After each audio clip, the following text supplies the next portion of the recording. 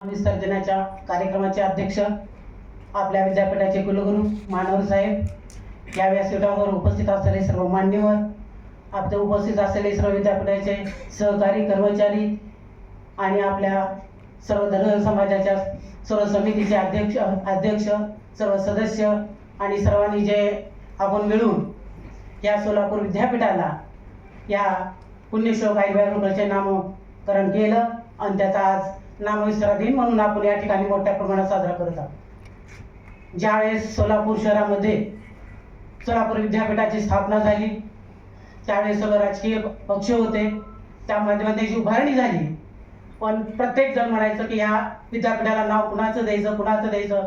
प्रत्येक वेळेस मोर्चे येणार, प्रत्येक वेळेस नामविस्ताराचा कार्यक्रम होणार, आंदोलन होणार, नेहमी रस्ता रोको होणार, आम्ही त्यात सहभागी होतो।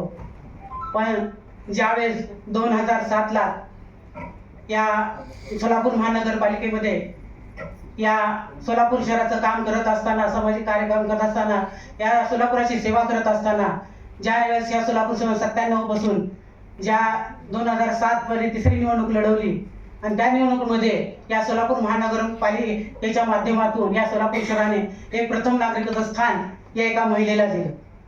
ज्यावेळेस की सर्व समाजाची लोक येणार की आपल्या सोलापूर विद्यापीठाला अजून नामकरण कुणाचंही दिलं नाही, तर त्या माध्यमातून आपण अहिल्याबाई होळकरांचं नामकरण करूया। मग बरेच समाजसेवा एकत्र झाला।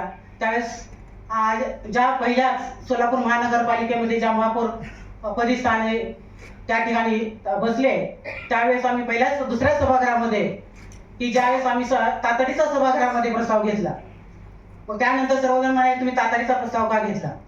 पुण्यश्लोक अहिल्याबाई होळकरला कुणाचा तर नकार नाहीये ना, मग त्याला काही कुणी अडवू येणार नाही।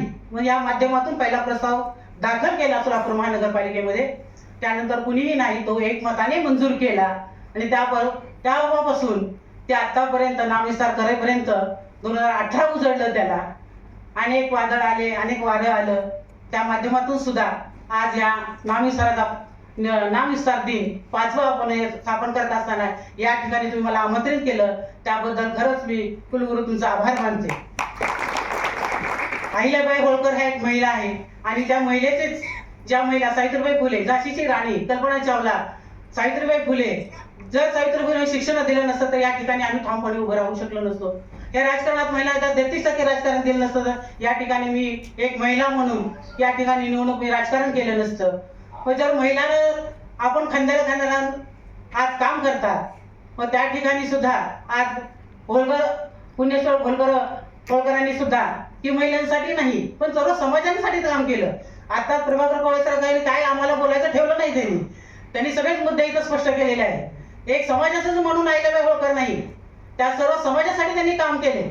अहो विहिरी आपल्याला एक विहीर खोदायची म्हटलं तर आपण त्याला किती विचार करतो, किती यावेळेस आपल्याला यंत्रणे आहेत, पण त्यावेळेस अहिल्याबाई होळकरला यंत्रणे नव्हती। त्यांनी स्वतः कामगारांकडून सगळं विहिरी खोदून घेतल्या, आज मंदिरं बांधली, घाट बांधली, शिळा आणल्या, जिथे की महिलांना कुठं गेले तर आंघोळीला त्या महिलांना आडूसा असावा, म्हणून या ठिकाणी एका महिलेने असं कर्तव्य काम केलेलं आहे। आपण कुठल्याही आज आणि एक नामकरण दिलं सुद्धा आता प्रवासाने सांगितलं की आम्ही या ठिकाणी संशोधन आज अहिल्याबाई होळकरांच्या माध्यमातून करत आहे। खरंच मला आनंद वाटला की फक्त आपण नामकरण करून आम्ही बाजूला होणार नाही, तर या ठिकाणी त्यांच्या अहिल्याबाईचे जे त्यांनी संशोधन केलं, जो इतिहास घडवलेला आहे, आम्ही इतिहास वाचतो आपण फक्त शाळेच्या पुस्तकामध्ये, आता विद्यापीठामध्ये आपण संशोधन करतो। विद्यापीठाची उभारणी आपण मोठ्या सोलापूर शहरामध्ये केली। या सोलापूर शहरात विद्यापीठाची उभारणी करताना फार अडचणी याच्या माध्यमातून लोक अशी म्हणायचे या विद्यापीठामध्ये लोक नाही शिकणार, पुण्याला जाऊन शिकणार, मुंबईला जाऊन शिकणार, पण या सर्व राजकारणी लोकांनी आपल्या सगळ्यांनी एकत्र येऊन हे सोलापूर विद्यापीठ उभा केलं आणि आज या सोलापूरला एक विद्यापीठाच्या नावाने या सर्व भारतात, सर्व देशात आज एक ओळख निर्माण झाली आणि त्याच माध्यमातून आज पुतळा सुद्धा यात बसवणार आहे।